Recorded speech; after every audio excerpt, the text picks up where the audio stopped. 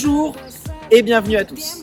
Alors tout d'abord, désolé pour ce petit moment d'absence et nous voici de retour pour aujourd'hui un test occasion d'un véhicule bien connu, dit leader du marché sur le segment un petit peu premium de la citadine, la Polo 6.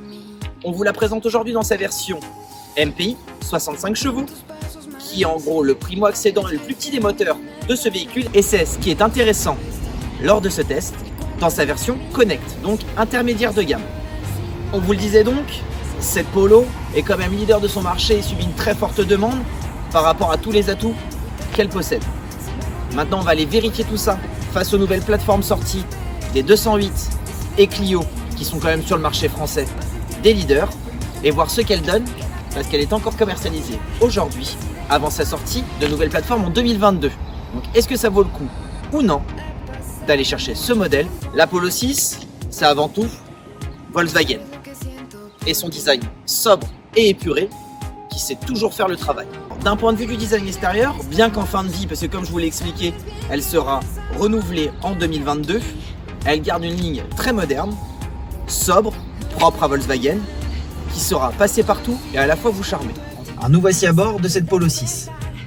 Tout d'abord, par rapport à sa génération 5, traversons-le rapidement, elle a fait un bond en avant énorme. Elle est beaucoup moins austère et c'est propre à toute la gamme de ces générations et des nouvelles générations Volkswagen.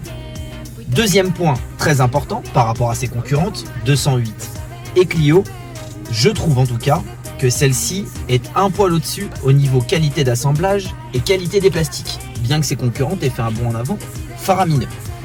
On disposera de toute la technologie embarquée nécessaire et propre à ces années-là, et ça fait plus que le travail concernant ce segment. Alors nous voici à bord de cette Polo 6.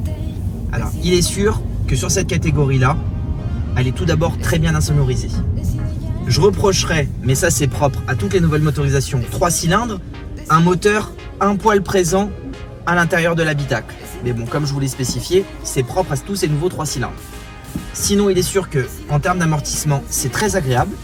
Ils ont fait un effort quant à l'assise que je trouve moins ferme que les versions précédentes. Et l'amortissement absorbe très bien les défauts de la route. En quelque sorte, ce véhicule, et c'est pas pour rien qu'il a été énormément demandé, sera très polyvalent. Il saura satisfaire un jeune permis, ou tout simplement quelqu'un qui n'a pas besoin d'une grande capacité de véhicule, bien qu'il ait une capacité de coffre très importante. Et je tiens à souligner également qu'en termes d'habitacle, il s'est quand même agrandi. On dispose d'un feeling au niveau de la direction qui est également bon. En gros, je ne lui trouve pas de défaut quant à sa catégorie. Maintenant, du point de vue de la motorisation, parce que c'est ce qui est intéressant dans ce test, on a choisi la version MPI 65 chevaux, donc ce 3 cylindres atmosphérique. Beaucoup de gens diront que ce n'est pas suffisant, trop juste. Réalité des faits, c'est largement suffisant pour un véhicule citadin.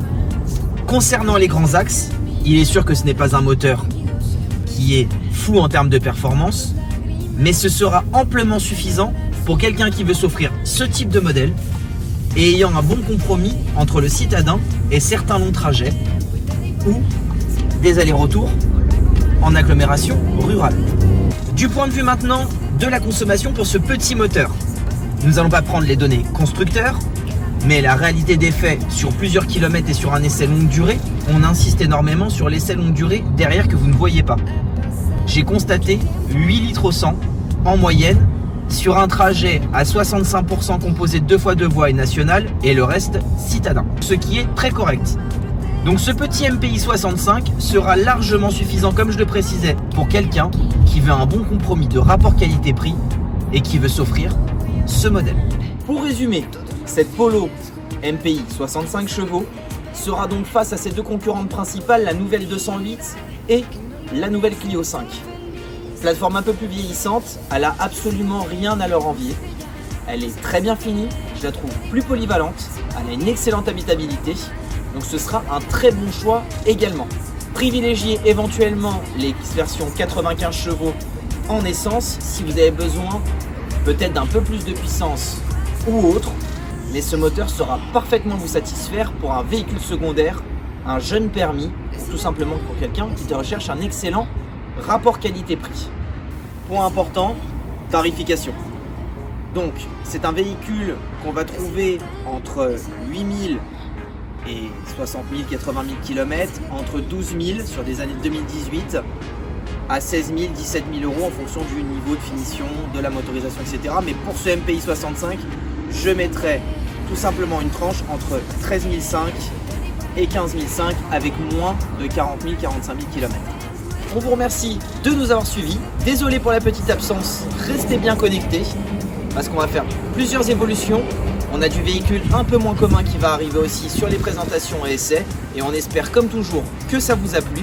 Et n'hésitez pas à vous abonner ou à cliquer pour voir la suite des événements. À très bientôt.